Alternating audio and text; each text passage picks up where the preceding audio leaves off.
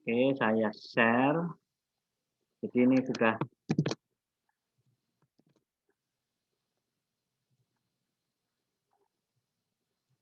Oke, saya sudah mengunggah slide ini di Classroom. Nah, rencananya adalah minggu ini kita menyelesaikan materi ini, kemudian minggu depan Senin itu akan saya beri project 1 karena untuk saya harus ada 2 evaluasi. Nanti project satunya secara umum adalah menuliskan, merangkum materi mulai unsupervised learning, supervised learning, sampai dengan feature selection ini. Nah, karena sebenarnya mata kuliah ini adalah mata kuliah kelas Q, kelas bahasa Inggris, maka memang slide-nya sudah saya buat bahasa Inggris, tapi dalam penyampaian saya menyampaikan dalam bahasa Indonesia karena ya mungkin nanti banyak mahasiswa menemui kendala kalau dalam bahasa Inggris. Artinya slide-nya dalam bahasa Inggris, saya ajarkan pengajaran dan diskusinya dalam bahasa Indonesia. Nah, nanti tugasnya dalam bahasa Inggris. Jadi nanti akan saya tuliskan template untuk membuat paper. Kemudian nanti saya unggah di Classroom. Kemudian nanti tentu saja itu template-nya dalam bahasa Inggris dan ditulis nanti dalam bahasa Inggris. Dan tentu saja materinya mencakup yang mulai awal itu, yang Big Data Challenge itu banyak materi juga. Di sana ada unsupervised juga, sampai dengan materi feature selection. Itu project 1. Nah, nanti project 2 akan diberikan saat minggu ETS, minggu ke-8 ada jadwal ETS itu diberikan project dan nanti diberi waktu. Nanti akan dituliskan di sana untuk lama pengerjaannya. Oke, saya mulai materi hari ini. Jadi tentang model selection, feature selection, nanti terkait feature selection ada yang disebut juga dengan feature engineering. Kemudian kita melakukan performance evaluation termasuk jika datanya imbalance, datanya tidak seimbang antara grup 1 dan grup 2 atau kelas 1 dan kelas 2. Seperti yang sudah saya sampaikan di materi-materi sebelumnya, jika kita menemui istilah model selection, itu artinya adalah parameter optimization. Atau dalam beberapa model, misalkan dalam model support vector machine, itu yang dimaksud parameter di sana adalah hyperparameter. Karena parameternya itu priori define, jadi dioptimasi di luar daripada model SVM itu sendiri. Kemudian ketika kita menemui istilah feature selection, berarti itu yang dimaksud adalah variable selection. Kalau kita di statistika, kita akan mengenal istilahnya variable selection atau seleksi variabel. Kalau secara umum di komunitas computer science, machine learning itu biasa menggunakan istilah feature selection. Jadi di sini ada ilustrasi.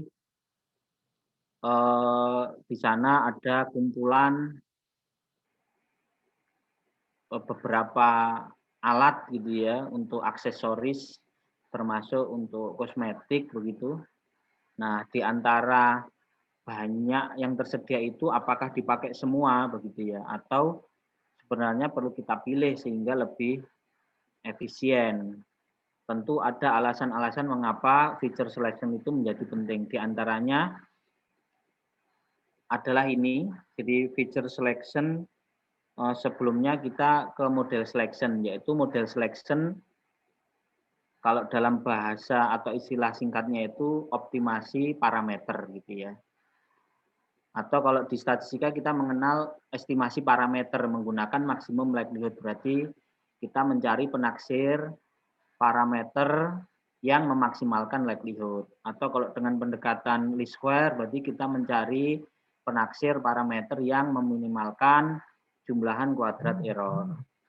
Atau kita menggunakan kriteria-kriteria yang lain, AIC, SBC, dan lain-lain. Tapi intinya adalah model selection itu menemukan algoritma machine learning dan hyperparameternya, nilai-nilai hyperparameternya yang menghasilkan model terbaik. Nah, diantaranya kita bisa melakukan optimasi atau tuning itu menggunakan grid search, random search. Di situ saya beri source, nanti bisa dibaca blognya gitu ya, atau dibaca buku referensi yang lebih matematis teoritis. Kemudian ada smart search. Smart search itu di sana meliputi Gaussian process atau dalam istilah lain Bayesian optimization. Kemudian ada derivative free optimization. Derivative free itu maksudnya begini, optimasi yang berbasis tanpa perlu turunan pertama, bahkan turunan kedua. Jadi misalkan kita belajar regresi logistik, setelah kita dapatkan likelihood-nya, maka untuk mendapatkan penaksir parameter yang memaksimalkan likelihood, itu kita tidak bisa mendapatkan closed form solution dari fungsi likelihood di regresi logistik. Tetapi kita perlu meneruskan dengan optimasi numerik. Optimasi numerik misalkan Newton-Raphson. Nah, Newton-Raphson itu gimana prosedurnya? Berarti kita butuh turunan pertama dari likelihood, dihitung log likelihood, kemudian kita butuh vektor gradien, vektor turunan pertama. Log likelihood diturunkan terhadap beta 0, diturunkan terhadap beta 1, diturunkan terhadap beta 2, dan seterusnya diturunkan terhadap beta P. Nah, nanti masing-masing turunan itu kan membentuk vektor terhadap beta 1, terhadap beta 1, beta 0, beta 1, beta 2, sampai beta P. Itu turunan pertama atau vektor gradien. Kemudian di Newton-Raphson itu perlu juga turunan kedua yang disebut nanti di turunan kedua itu bisa membentuk matrik Hessian gitu ya. Jadi log likelihood diturunkan terhadap beta 1, kemudian diturunkan terhadap beta 2. Log likelihood diturunkan terhadap beta 1, kemudian diturunkan terhadap beta 3, dan seterusnya.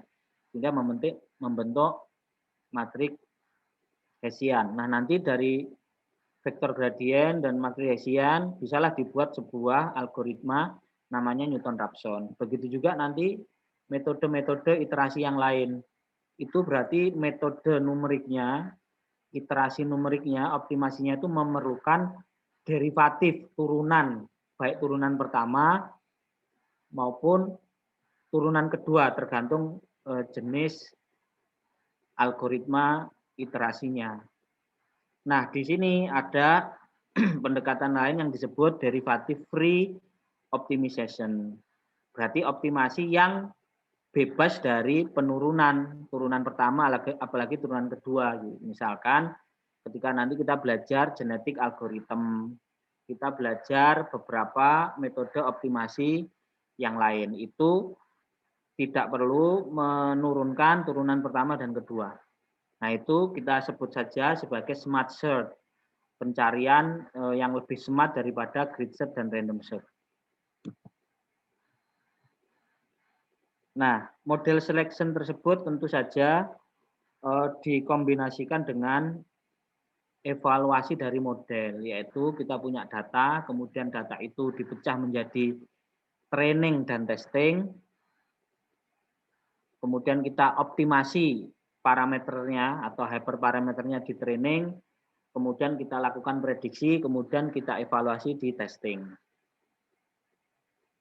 Salah satunya ya kita bisa menggunakan cross validasi atau menggunakan ukuran-ukuran yang lain.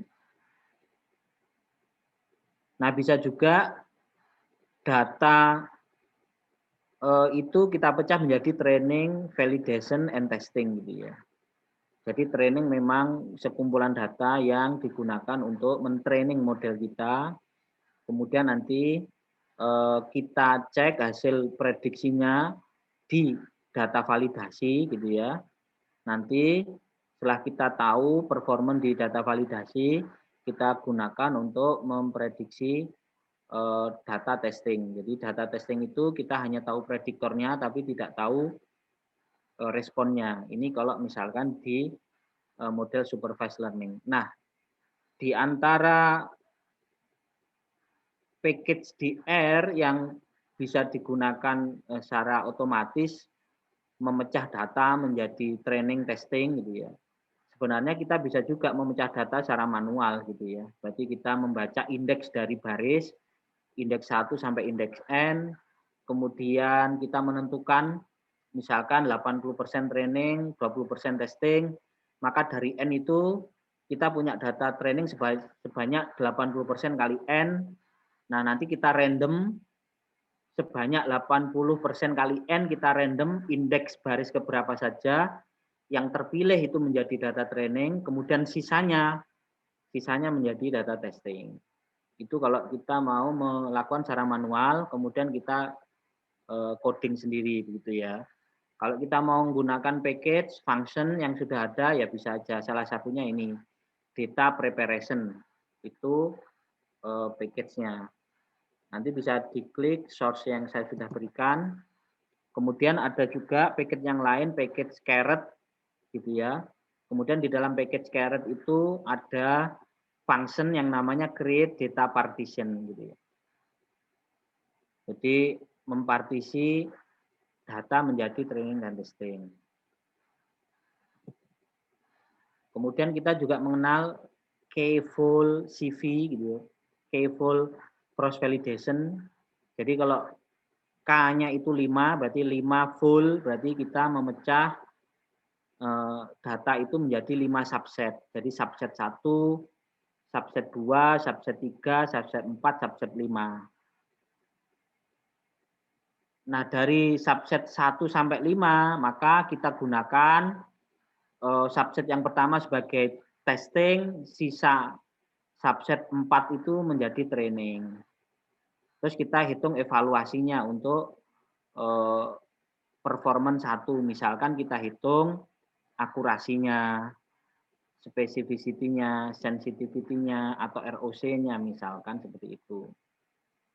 Kemudian karena kita tadi ada 5 subset, sekarang gantian subset yang kedua itu dijadikan data validasi, sisanya itu menjadi data training.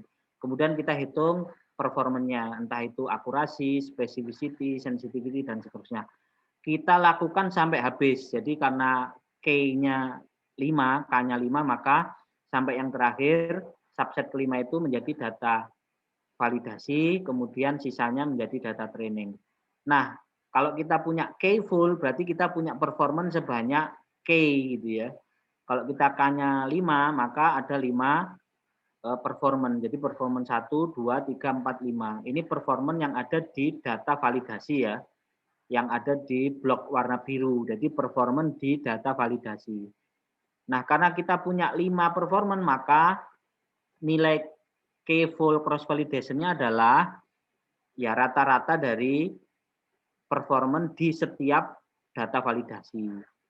Jadi performance 1, 2, 3, 4, 5, kemudian di rata-rata itulah menjadi namanya K-fold cross validasi. Nah, kadang kita begini, kadang kita menemukan data kita itu imbalance. Datanya tidak seimbang. Misalkan yang sudah kita lakukan beberapa data sebelumnya, misalkan data credit card yang sudah kita gunakan untuk beberapa contoh di slide sebelumnya, itu data default itu kan hanya 3, sekian persen. Kemudian data no default itu 96, sekian persen. Sehingga datanya extreme imbalance. Nah, ketika datanya imbalance, maka ketika kita membuat subset ini, subset 1, 2, 3, 4, 5, maka kita harus mempertimbangkan imbalance tersebut. Imbalance-nya itu harus tetap terjaga. Ya. Jadi misalkan di subset 1 tadi ya yang default itu tetap 3%, yang no default 97%. Di subset 2 juga begitu sampai subset terakhir. Itu mungkin tidak persis 3%, 97%, tapi mendekati itu gitu. Tapi kalau dibuat persis bisa juga, tergantung coding kita mau dibuat seperti apa. Nah, itu disebut stratified sampling atau stratified k-fold. Jadi kalau ada proporsi yang tidak seimbang antara kelas 1 dan kelas 2, maka ketika kita memecah data menjadi subset-subset di k-fold itu, kita pertahankan proporsinya yang masuk kelas 1 dan kelas 2 dan seterusnya, sehingga metode seperti itu disebut stratified sampling, sehingga kita nanti menghitung stratified k-fold begitu ya, sehingga proporsi itu tetap terjaga. Kemudian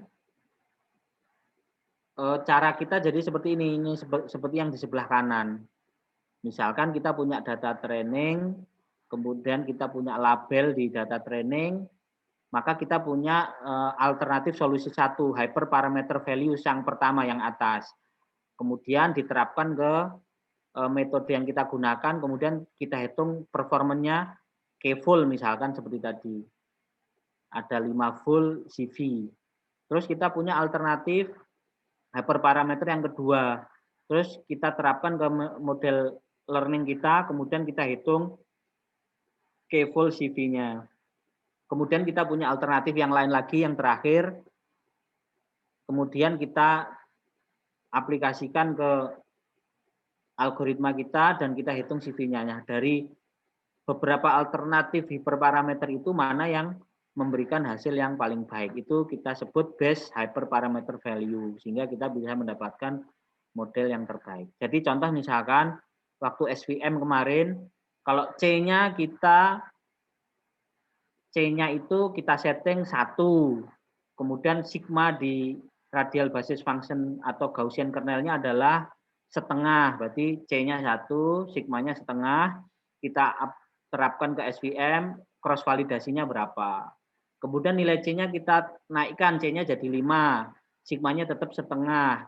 Kemudian kita terapkan di SVM, dapat cross validasi berapa, dan seterusnya gitu ya. Nah, kita menentukan nilai C gimana, menentukan nilai sigma bagaimana, bisa dengan 2 cara atau lebih banyak lagi. Dari sini ilustrasinya 2 cara, yaitu grid search. Jadi grid search ini, jadi misalkan kombinasi nilai C itu 1, 2, 3, 4, 5, 6, 7, 8, 9, 10 gitu ya. Terus kombinasi nilai sigma. Sigma itu setengah, 1, 1,5, 2,5, 3, 3,5 dan seterusnya. Sehingga nilai-nilainya itu di interval yang increment-nya itu jelas, sehingga dia disebut grid search. Bisa juga kita menggunakan random search. Random search berarti nilai C-nya tadi di random, kemudian nilai sigmanya di random, sehingga kombinasi dari hiperparameternya random, kalau itu di random search. Nah, ini yang di buku saya. Di sini model selection berarti hyperparameter optimization-nya ini menggunakan yang tadi derivative free atau yang smart search menggunakan genetic algorithm.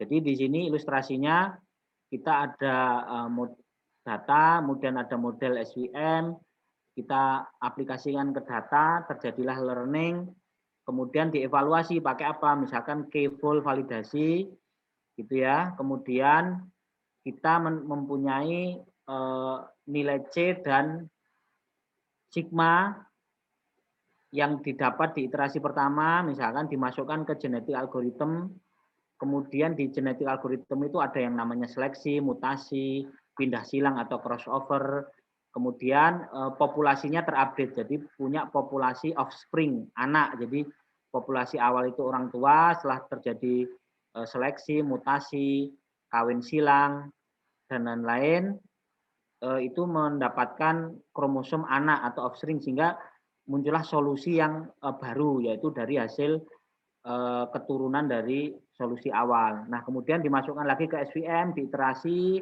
sampai didapatkan stopping kriteria berhentinya apa gitu ya. Itu pendekatan genetik algorithm untuk optimasi hyperparameter di SVM. Kita menggunakan smart search. Kemudian kalau kita mengimplementasikan kita nanti bekerja misalkan ya, di sebuah perusahaan yang perusahaannya itu memang mengandalkan digitalisasi. Kemudian kita disuruh menerapkan metode ya optimasi, modeling dan optimasi untuk ya kepentingan bisnis atau pengambil keputusan. Nah, di antara yang tersedia misalkan itu ada namanya auto ML, auto machine learning gitu ya. Nah, ini nanti bisa dilakukan otomatisasi ini misalkan yang ada di Python. Nanti juga ada di R dan lain-lain gitu ya. Jadi dari awal kita membaca data dari sumber-sumber data, kemudian data itu dilakukan cleaning, kemudian dilakukan encoding, data itu perlu ditransformasi tidak, data itu perlu diapakan, gitu ya.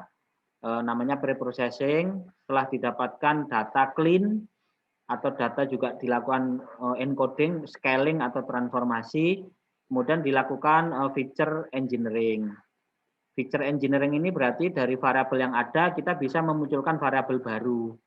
Variabel baru itu bisa jadi kombinasi dari variabel yang sudah ada, misalkan kita punya X1, X2, X3, X4, X5. Terus kita memunculkan feature baru, X1 kali X2 gitu ya, atau X1 kuadrat, atau X2 kuadrat, itu namanya feature engineering. Kita memunculkan variabel baru di dalam data kita. Kemudian dilakukan model selection, kemudian feature selection. Dan seterusnya ini diproses optimasi. Kemudian nanti kalau kita lakukan pembelajaran, kita evaluasi, kita mendapatkan model terbaik, kita merekomendasikan untuk diaplikasikan ke sistem kita. Jadi cara kerjanya seperti itu.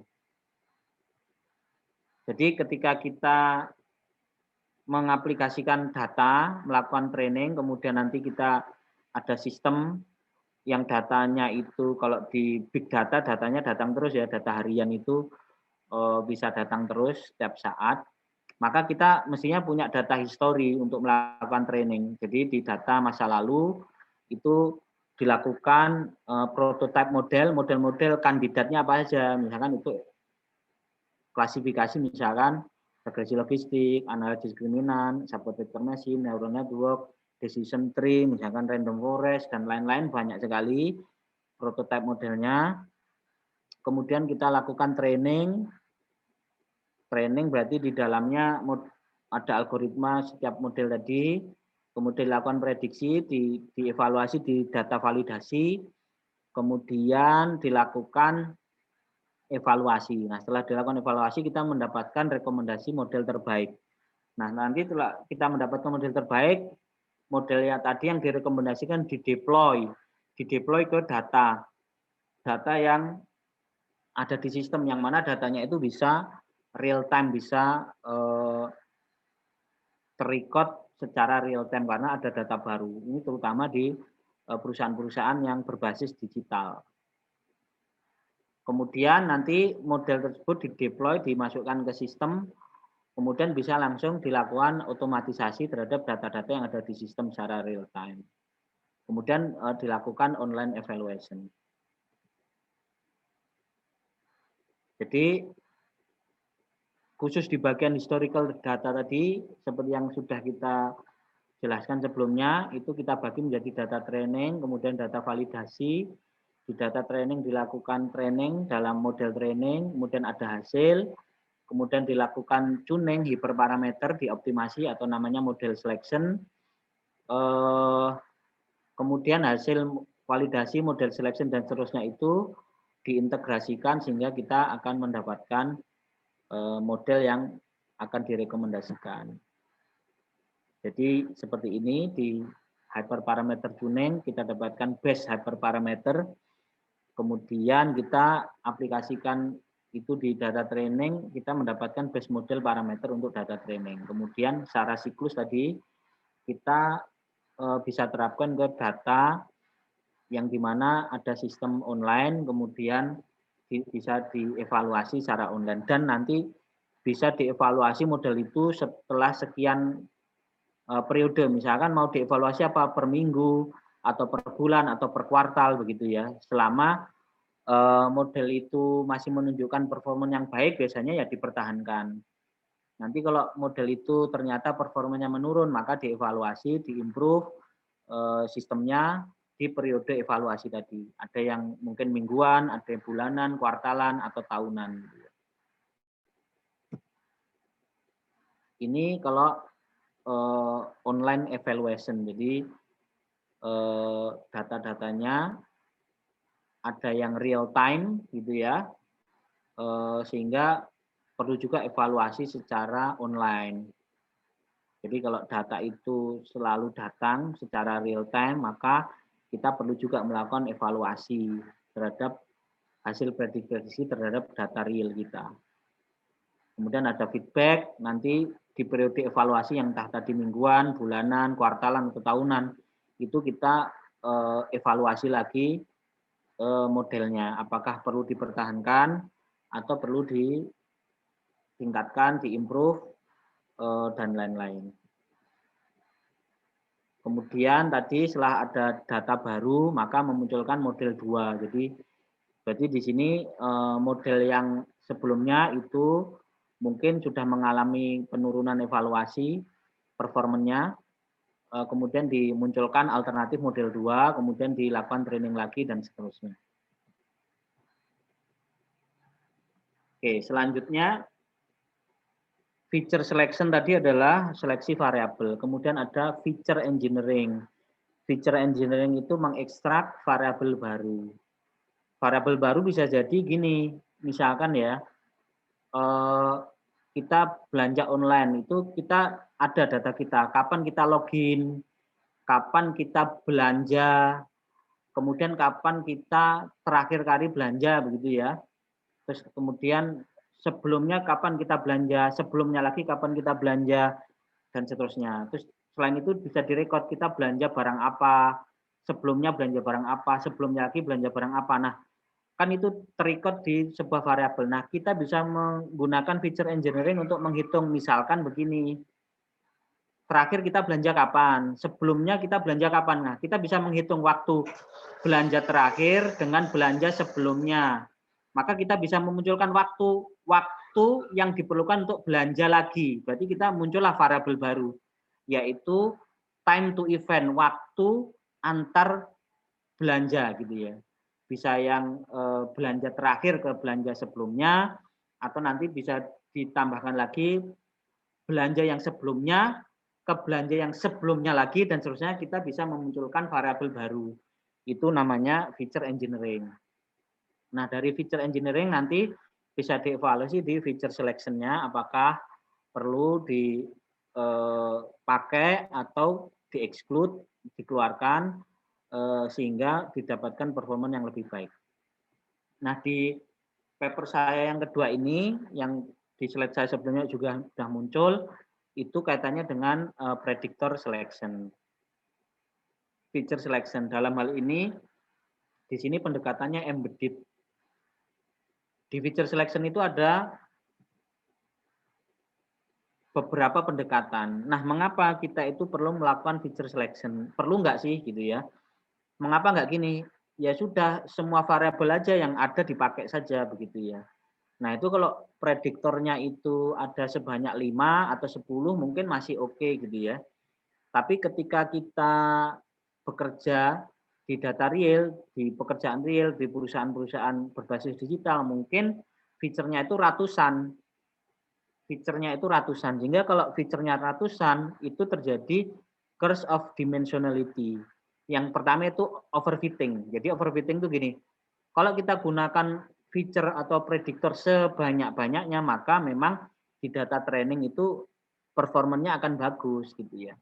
Ibaratnya gini, sebuah prediktor yang tidak terlalu relevan itu sebenarnya tetap memberi kontribusi ke akurasi misalkan, itu kecil gitu ya, kontribusinya kecil. Tapi kalau ada banyak, ada variabel yang tidak relevan yang pertama, kontribusinya kecil.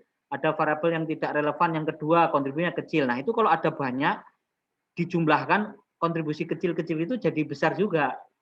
Nah, artinya kalau variabel prediktornya itu banyak sekali, maka akan performanya di data training itu sangat bagus. Karena tadi kontribusi yang kecil-kecil terakumulasi jadi besar. Tetapi nanti ketika di data testing, itu dia tidak banyak membantu meningkatkan akurasi. Kenapa? Karena feature yang ada di data training itu tidak relevan memprediksi respon atau output, sehingga ketika dilakukan di evaluasi di data validasi, maka akurasinya jelek, maka itu disebut overfitting. Kemudian alasan yang kedua, kenapa feature selection itu jadi penting?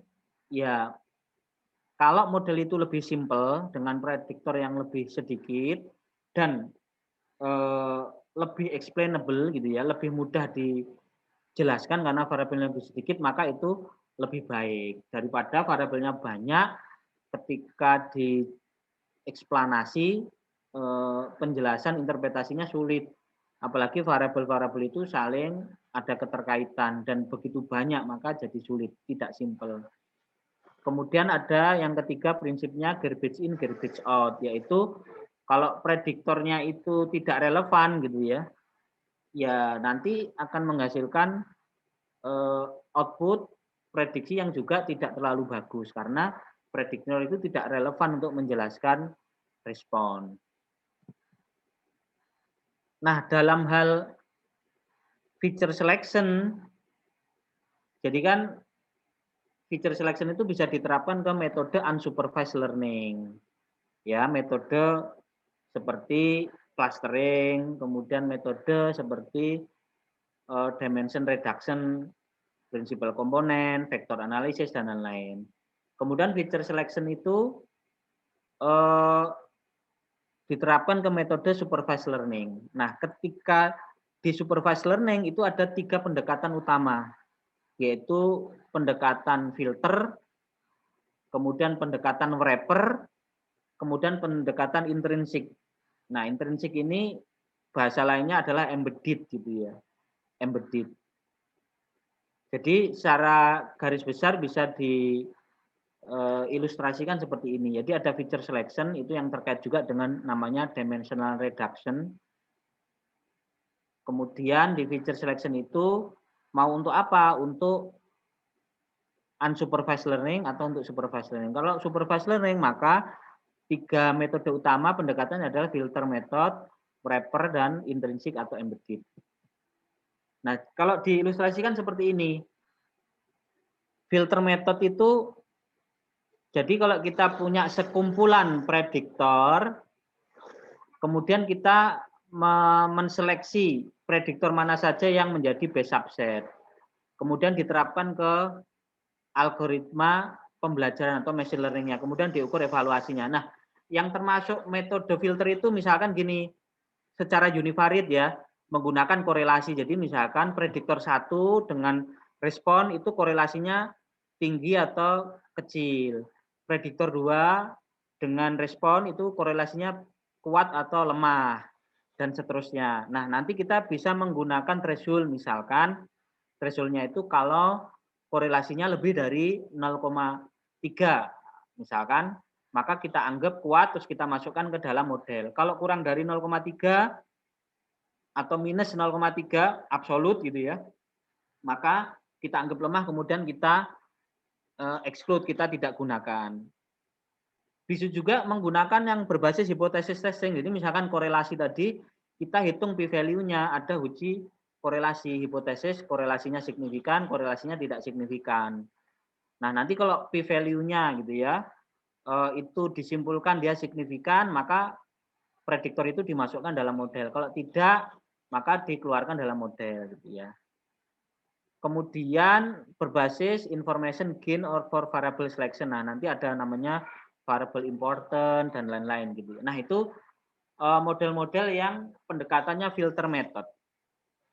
Apa aja model-model yang pendekatannya filter method? Nah, nanti di slide selanjutnya kita jelaskan. Kemudian pendekatan yang kedua adalah pendekatan wrapper. Wrapper itu gini, ada prediktor, sekumpulan prediktor, kemudian kita memilih beberapa subset dengan di-generate subsetnya, kemudian diterapkan ke metodenya, kemudian diiterasi, subsetnya ada yang dikeluarkan, kemudian ada yang ditambah dan lain-lain, di evaluasi terus-menerus, kemudian nanti di akhir akan memunculkan hasilnya.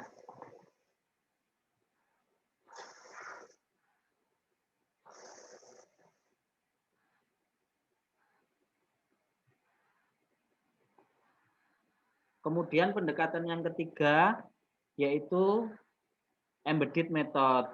Embedded method itu jadi subset dan learning algorithm itu menyatu gitu ya.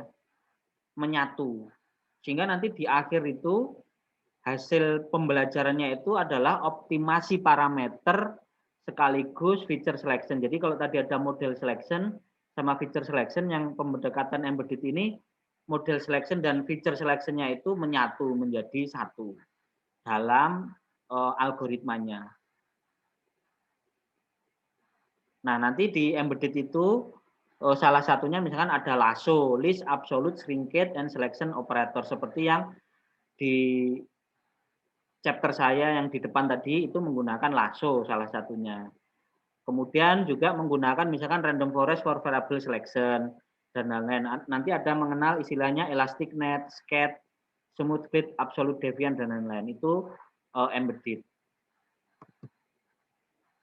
Nah, di khusus metode filter misalkan ya, filter tergantung. Jadi prediktor kita dan respon kita bagaimana, apakah inputnya numerik, kemudian outputnya numerik, jadi prediktornya itu numerik, responnya juga numerik, atau prediktornya numerik, outputnya kategori, jadi klasifikasi. Jadi kalau yang pertama numerik, berarti kan seperti regresi. Yang kedua inputnya numerik, responnya kategori, maka seperti klasifikasi. Kemudian yang ketiga, inputnya kategori, kemudian outputnya numerik, jadi seperti regresi tapi prediktornya adalah kategori. Kemudian yang keempat, input maupun output itu kategori. Nah, di antara yang mungkin adalah ini, jadi misalkan pendekatan filter itu bagaimana nilai inputnya, numerik atau kategori gitu ya. Kalau setelah ketemu inputnya, maka outputnya bagaimana, kategori atau numerik. Jadi misalkan inputnya numerik, outputnya numerik, maka kita bisa menggunakan metode korelasi Pearson atau korelasi Spearman, kan gitu ya. Kemudian kalau inputnya numerik, kemudian outputnya kategori, maka kita bisa menggunakan ANOVA atau Kendall, Stowe, dan seterusnya. Ini ada metode-metode yang bisa dimungkinkan untuk pendekatan filter method. Selanjutnya pendekatan wrapper. Nah, sebagian kita sudah mengenal. Jadi misalkan kita mengenal forward selection, backward selection, kemudian kombinasinya disebut stepwise. Itu bagian dari wrapper method. Bagian dari wrapper method. Nah, metode yang lebih modern lagi di wrapper ini namanya recursive feature elimination.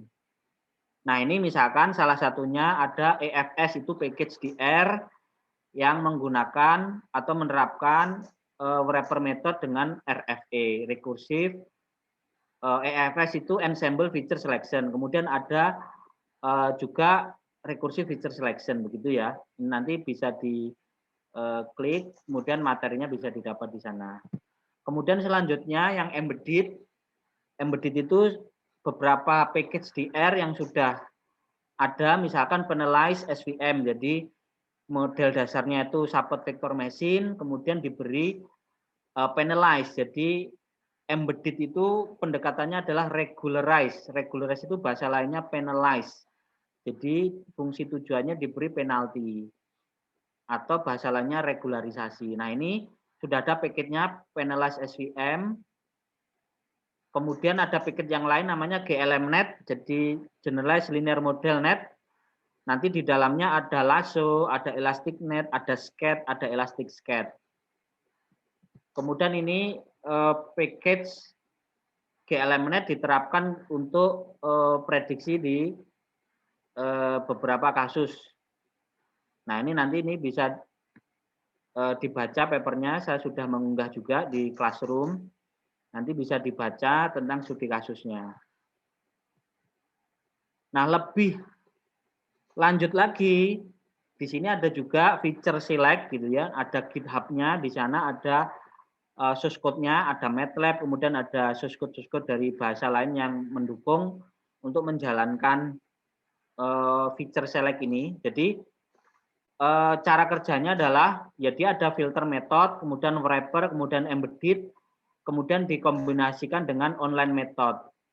Jadi metode seleksi variabel ini diterapkan ke tadi sistem yang sudah online bagaimana, kemudian juga bisa dikombinasikan antara pendekatan namanya metode hibrid. Jadi antara filter, wrapper, embedded itu bisa dikombinasikan sehingga menjadikan namanya pendekatan hibrid. Nah, ini ada papernya juga, saya sudah mengupload, nanti bisa dipelajari lebih lanjut. Selanjutnya tentang data yang imbalance, data yang tidak seimbang. Jadi kalau dibuat scatter plot seperti sebelah kanan itu ada hijau dan orange, jadi seolah-olah yang hijau itu sangat kecil proporsinya, datanya sedikit, kemudian yang orange datanya banyak, sehingga tidak seimbang. Nah, beberapa yang di metode evaluasi yang sering digunakan adalah seperti ini. Kalau itu metode klasifikasi, maka kan kita punya actual value diberi simbol 1 atau positif, kemudian label 0 atau negatif. Kemudian dilakukan prediksi, yang positif tadi diprediksi positif atau diprediksi negatif, sehingga muncullah namanya true positif, namanya false negatif. False negatif ini berarti error tipe 2. Error tipe 2 itu bagaimana? Jadi data yang labelnya itu positif 1 diprediksi 0, berarti kan prediksinya salah. Salahnya itu dari positif diprediksi negatif, maka disebut false negatif.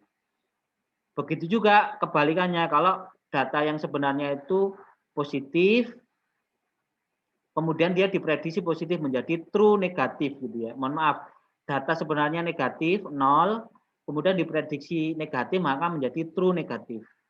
Kalau data itu sebenarnya negatif diprediksi positif maka menjadi false positif. Jadi salah tapi prediksinya itu dari negatif jadi positif, disebut false positif atau error tipe 1.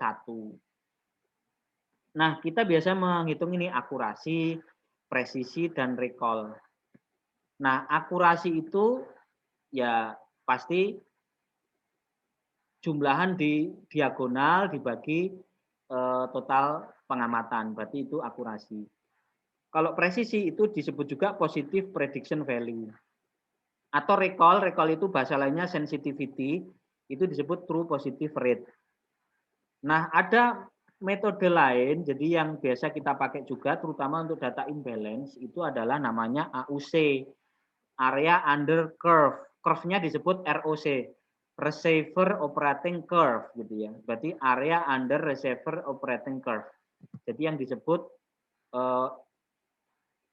AUC, jadi kurvanya kurva ROC. Nah, di sini ada juga ukuran yang lain, yaitu ukuran F1 score namanya. F1 score itu diperoleh dari 2 kali precision dikali recall dibagi precision ditambah recall. Jadi F1 score ini mengkombinasikan harmonic mean dari precision dan recall. Jadi precision dan sensitivity atau recall itu diakomodasi bersama di ukuran yang namanya F1 score.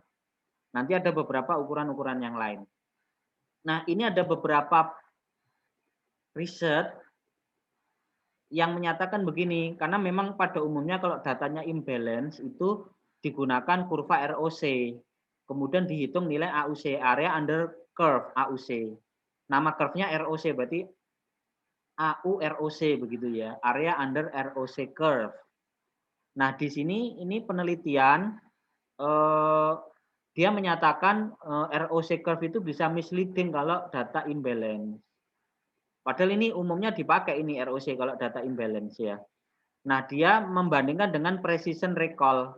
Precision recall tadi F1 score ya. Jadi ternyata F1 score itu lebih informatif ketika datanya imbalance. Jadi ini merujuk ke paper ini sebenarnya. Paper yang ada di PLOS ONE di jurnal bagus. Itu dia meneliti bahwa F1 score atau precision recall itu lebih informatif untuk kurva ROC ketika classifier-nya itu diterapkan ke data imbalance, terutama data yang binary classifier. Nah, jadi begitu. Oke. Saya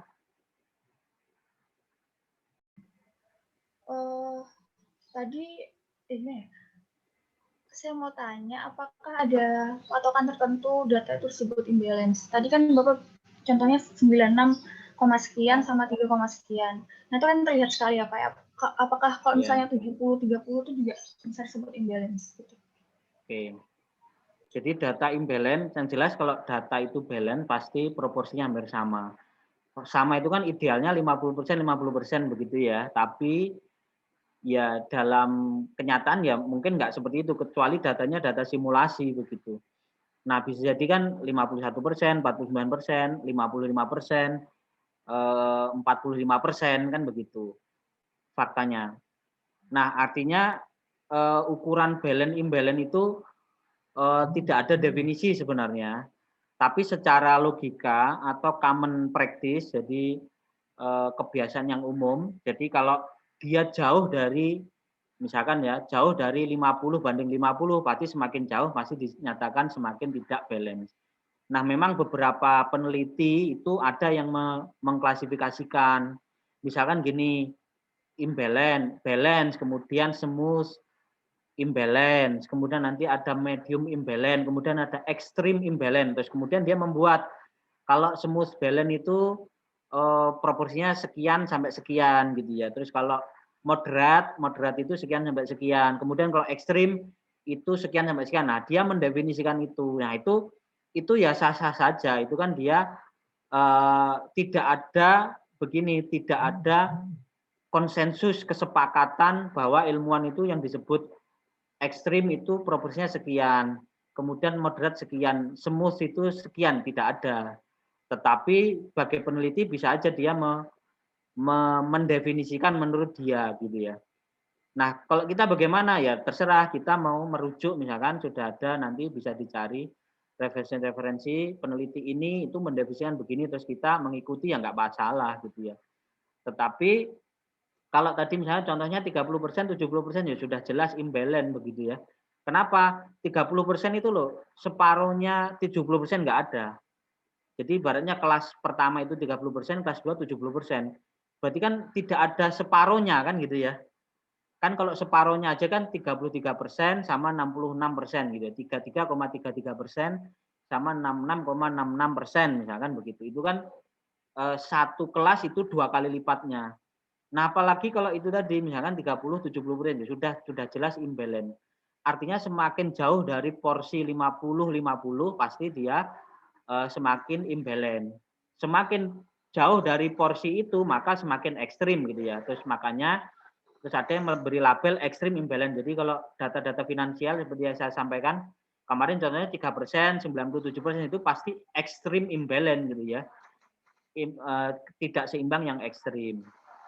Nah, ketika kapan kita menyatakan dia imbalance ya, ya tidak ada patokan. Tetapi kalau dia mendekati 50-50 ya kita bisa aja menjustifikasi atau menentukan dia balance gitu ya. Misalkan 52% sama 48% ya kita justifikasi dia masih balance ya nggak masalah, kan memang tidak ada konsensus yang secara strict menyatakan sebuah batasan-batasan itu. Tetapi kalau secara common sense ya, menggunakan akal sehat misalkan 70%, 30% sudah jelas itu. Kalau kita mempertahankan itu balance ya pasti kita dianggap tidak punya common sense gitu. Kita tidak punya akal sehat dibanding kebanyakan orang kan begitu. Jadi seperti itu ya. Retnanda tadi ya yang tanya ya. Iya Pak, baik Pak. Terima kasih Pak. Iya.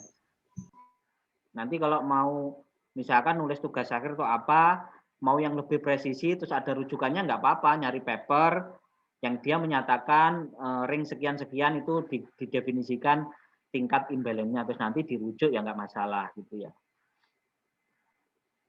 Karena kalau kita misalkan kalian misalkan mahasiswa S1 mau mendefinisikan sendiri terus dipertanyakan begini, kepakaran Anda gitu ya dengan level mahasiswa S1 mendefinisikan itu kredibel enggak gitu. Mungkin dipercaya orang enggak gitu definisi yang Anda gunakan kan gitu ya. Tetapi mungkin kalau merujuk ke orang-orang yang ahli di bidang itu yang publikasinya sudah banyak terus diterima secara ya publikasinya itu diterima gitu ya.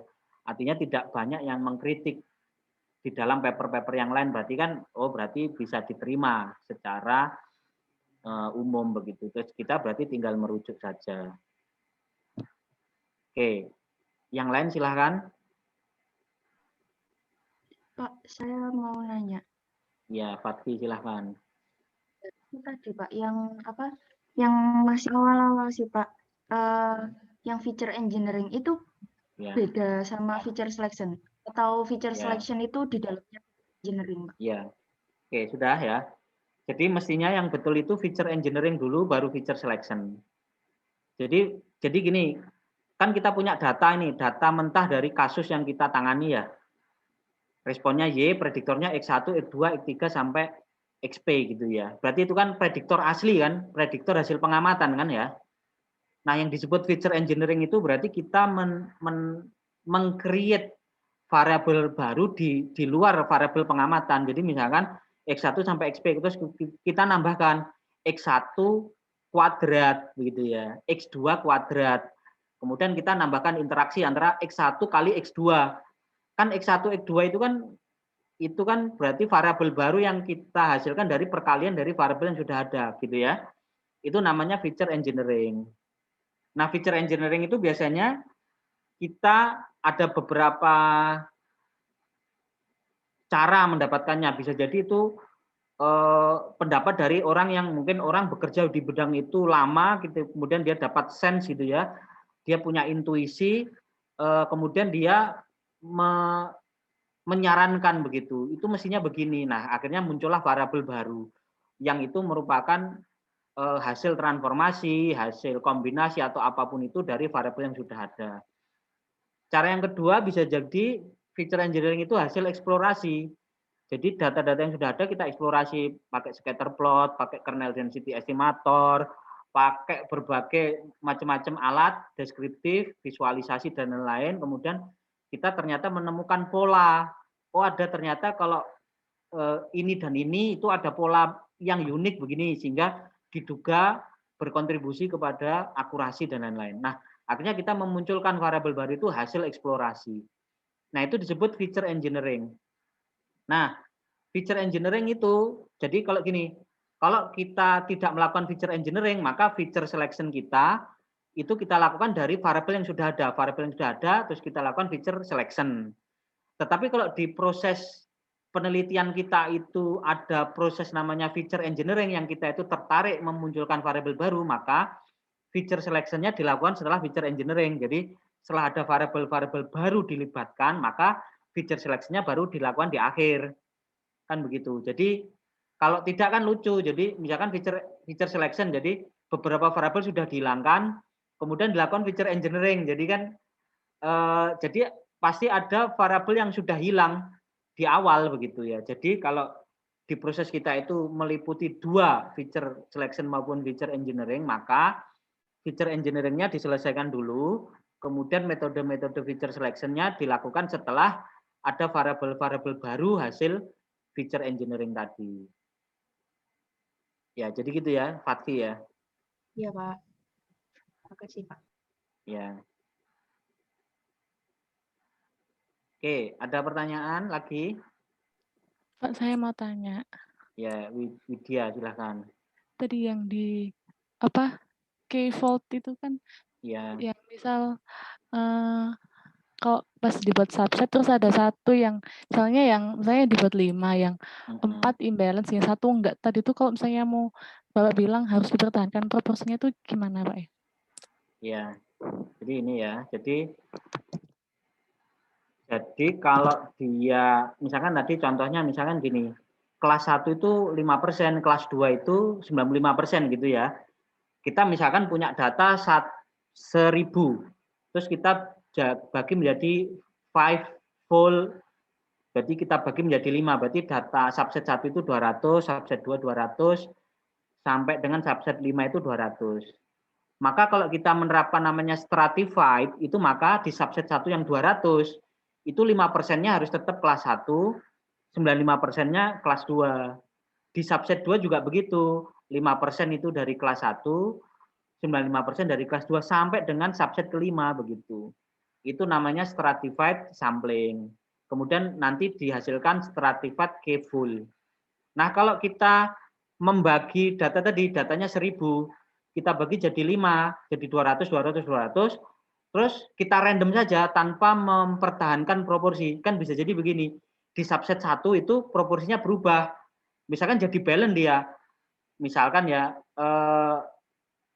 bisa, jadi mungkin kalau 1000 mungkin nggak bisa jadi balance ya, karena 5%-nya itu kan hanya 50. Misalkan gini,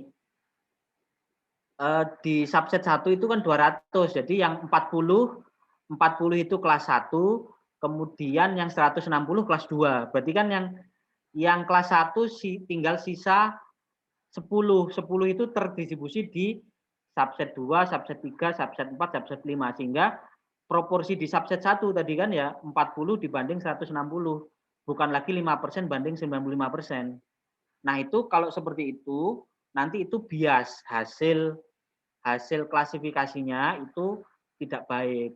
Jadi model performanya itu tidak merepresentasikan pattern pola data asli.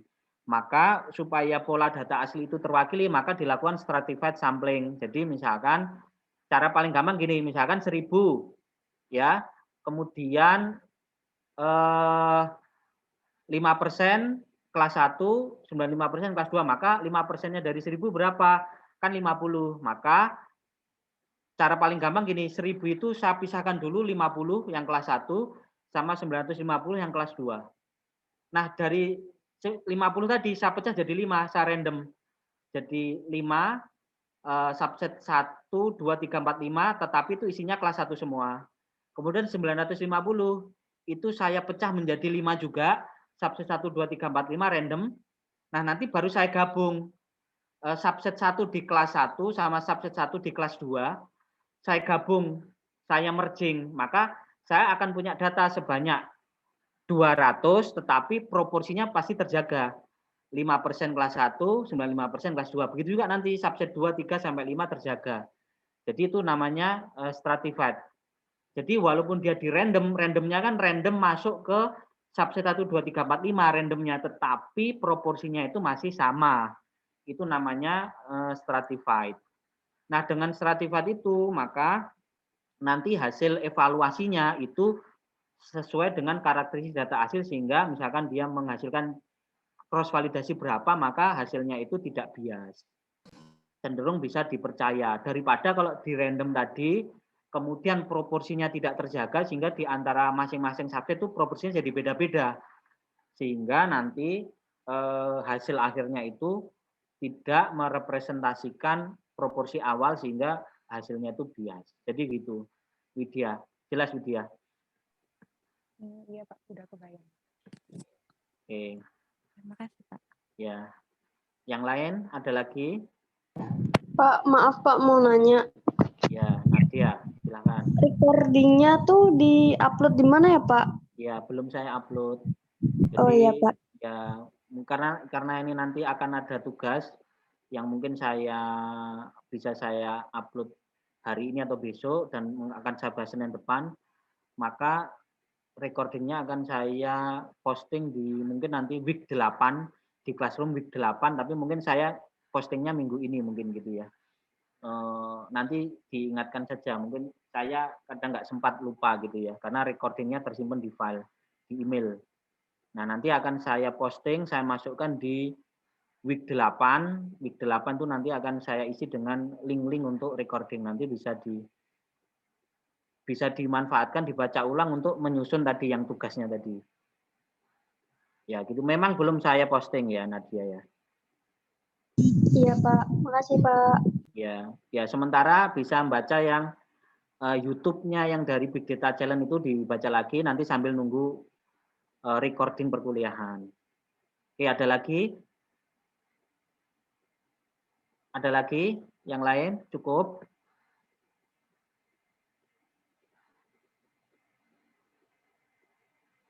Cukup? Bisa diakhiri atau ada pertanyaan lagi? Cukup Pak sepertinya. Oke, kalau tidak ada pertanyaan, saya mohon maaf karena ada perlu ya. Jadi ada